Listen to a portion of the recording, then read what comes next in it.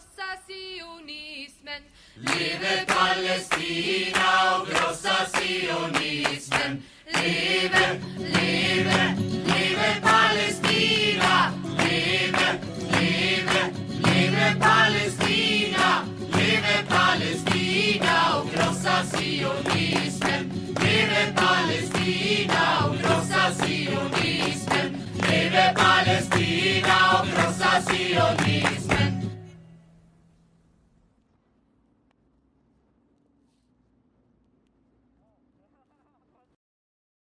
Hello, I'm Sima Zayed. I'm 24 years old and I come from Palestine, from the city in Ramallah, in the area that is called right now the West Bank.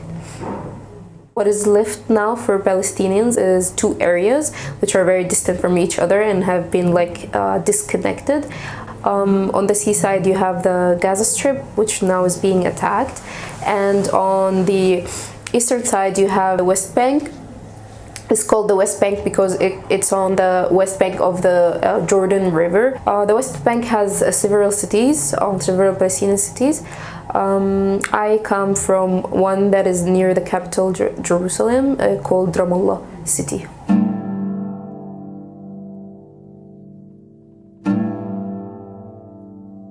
It's one of the most humiliating experiences ever.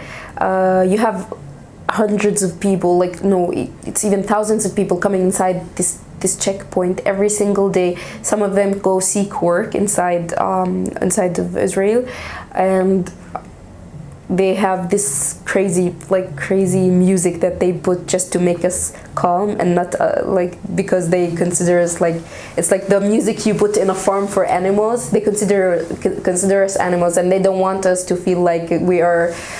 They want to calm us down so we don't end up doing something crazy or whatever they think they were gonna do.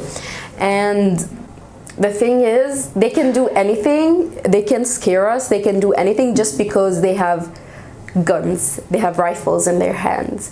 And sometimes they would just do anything to humiliate us, not because we've done something. Is that they have so much control because they have more power than us. And when we're trying to seek for a little life, they're making it even harder for us as Palestinians to live there. So this amount of freedom that I'm seeing here is it was the most cultural shock for me, I would say.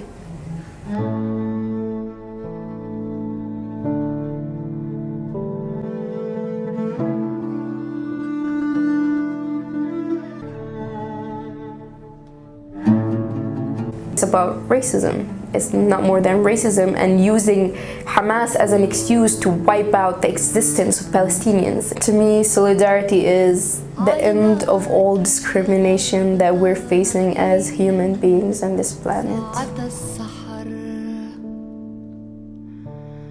أو شرفتان راح ينأى عنهما القمر. Well, my dad served in the U.S. military. He was in the Army, and soon after I was born in 1990, I believe, he went to Kuwait to serve for the first time. And then when I was a teenager, he went to Iraq. And when he came back, he told us that there were no weapons of mass destruction there in Iraq and that it had all been a lie. And that kind of just planted the seed in me, growing up in a conservative, very pro-American household, to be the government lied about that kind of thing. So after that, it just led me to question a lot of things, especially the US policies in the Middle East, and why this time, this genocide that's happening is also very personal, because we send our soldiers there, or they're also implying that we will send, if we haven't already sent soldiers there, soldiers like my dad who have kids and have families. And the Iraq war was a lie to steal resources, and it's too much at this point.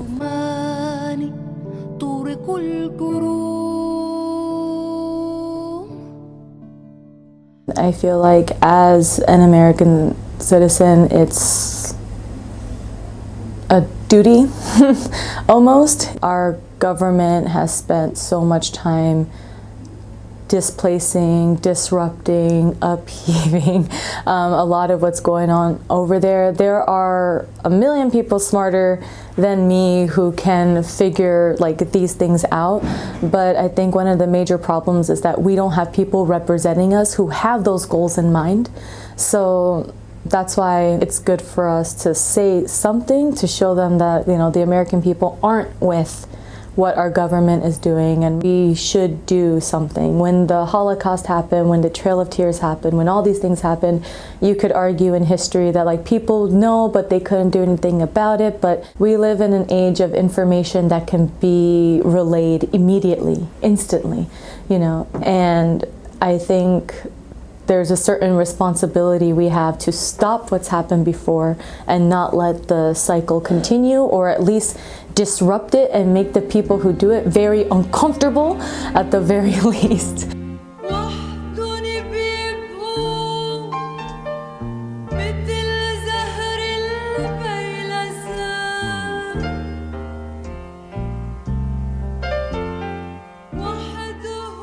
놀라운 거는 정말 생명이 그렇게 쉽게 죽어나가는 거, 특히 어린 생명들과 여성들이 그렇게 쉽게 죽어나가는 거, 그 부분에 대해서 이렇게 외면하고 모른다면은 이게 남의 나라 문제라고 하지만은 결국은 저는 한국 사회도 똑같이 이런 것이 반복될 수도 있다. 실제적으로 이태원 참사 가족들도 그런 얘기했어요. 내가 세월호 참사에 일어날 때 그냥 외면하고 모르는 척했다. 근데 그게 내한테 그 현실이, 내 자식에게 그 현실이 돌아올 줄은 몰랐다. 그냥 외면한다는 건 기독교 신앙으로 보면 그분 앞에서 죄를 짓는 거고, 결국은 그분은 우리에게 그때 너는 뭐 했느냐라고 할 때 과연 설명을 할 수 있을 것이냐.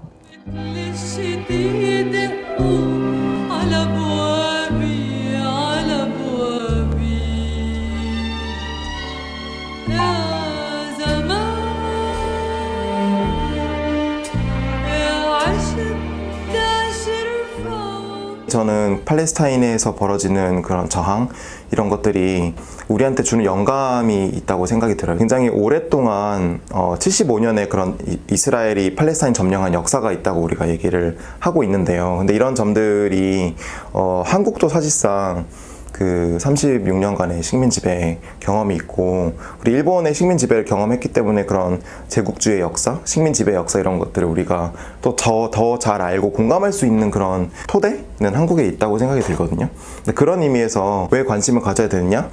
바로 이렇게 이스라엘이 이렇게 점령을 지속할 수 있는 부분 중 하나가 바로 미국의 그런 특히 서방의 엄청난 지원인데, 한국도 그런 서방과 긴밀한 관계가 있는 나라 중 하나잖아요. 특히나 이제 지금 정부뿐만 아니라 과거에서 정부들도 그런 이스라엘과의 그런 관계 이런 좀 뭐 강화 이런 것들을 이제 추구를 해왔었고, 또 한편에서는 이제 이스라엘로 가는 이제 무기 수출이라든지 경제 교류 이런 것들을 이제 강화해 가는 추세인데, 이런 거는 전 굉장히 좀 위험하고 문제적이다라고 좀 생각이 들고, 그런 측면에서도 한국에서도 우리가 이 팔레스타인 문제 관련해서 책임을 다해야 될 부분도 있다, 좀 이렇게 생각이 듭니다.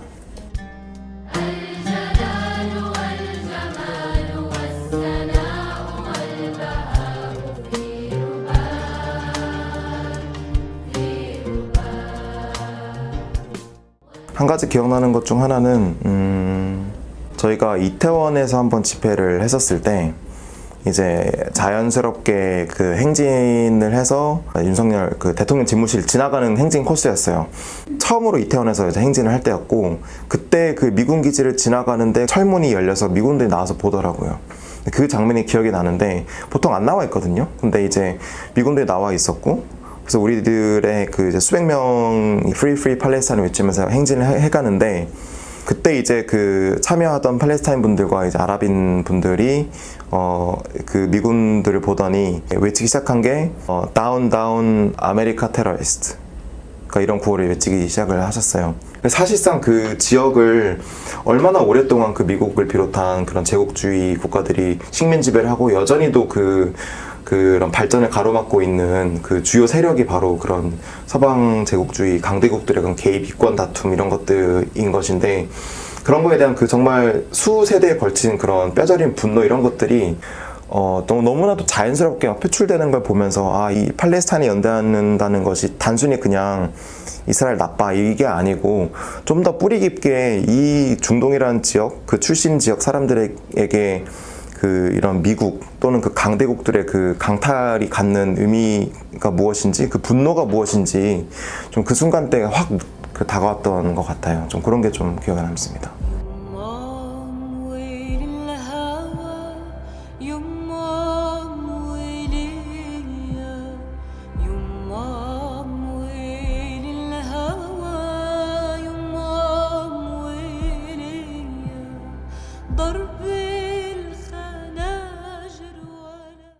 국가라는 것뿐만이 아니라 문화 자체를 없애려고 하고 있거든요. 이스라엘이 1982년도인가 베이루트에 있는 팔레스타인 영화들을 다 이제 약탈해 갔어요. 팔레스타인의 영화도 하나의 중요한 문화잖아요. 한 나라에. 저희 나라도 지금 영화가 굉장히 인기를 많이 받고 있지만 팔레스타인의 영화들을 그래서 많이 못 찾아요. 지금 현재 겨우겨우 지금 찾아가지고 요즘에 다시 복원을 하고 있는 상황이거든요. 전 세계적으로. 그게 너무 마음이 아파요. 문화를 없애고 있다는 게. 그게 제일 크죠, 나라가. 그래서 저는 한국인으로서 더 연대를 하게 됐습니다, 팔레스타인에. 저희는 이 서울이라는 대한민국이라는 이 자유로운 곳에서 어디든 돌아다닐 수 있고, 자유는 어디를 가서나 보장받을 수 있고, 이런 걸 생각해보면 저희가 너무 당연시하는 이런 권리들이 세계 어딘가에서는 결코 당연시되지 않는 것이라고 생각을 하면, 그게 제3자의 권리, 즉 편안하게 이렇게 핸드폰을 보면서도 이렇게 연대를 할 수 있는 저희의 특혜죠. 어떻게 보면 특혜. 그래가지고 그 특혜를 아무렇게나 생각하지 않고 제가 받는 이 자유를 보장받지 못하는 사람들에게 마음과 최대한 줄 수 있는 도움을 준다, 이런 의미에서 저한테는 연대가 제3자의 권리 또는 특혜라고 생각을 해요.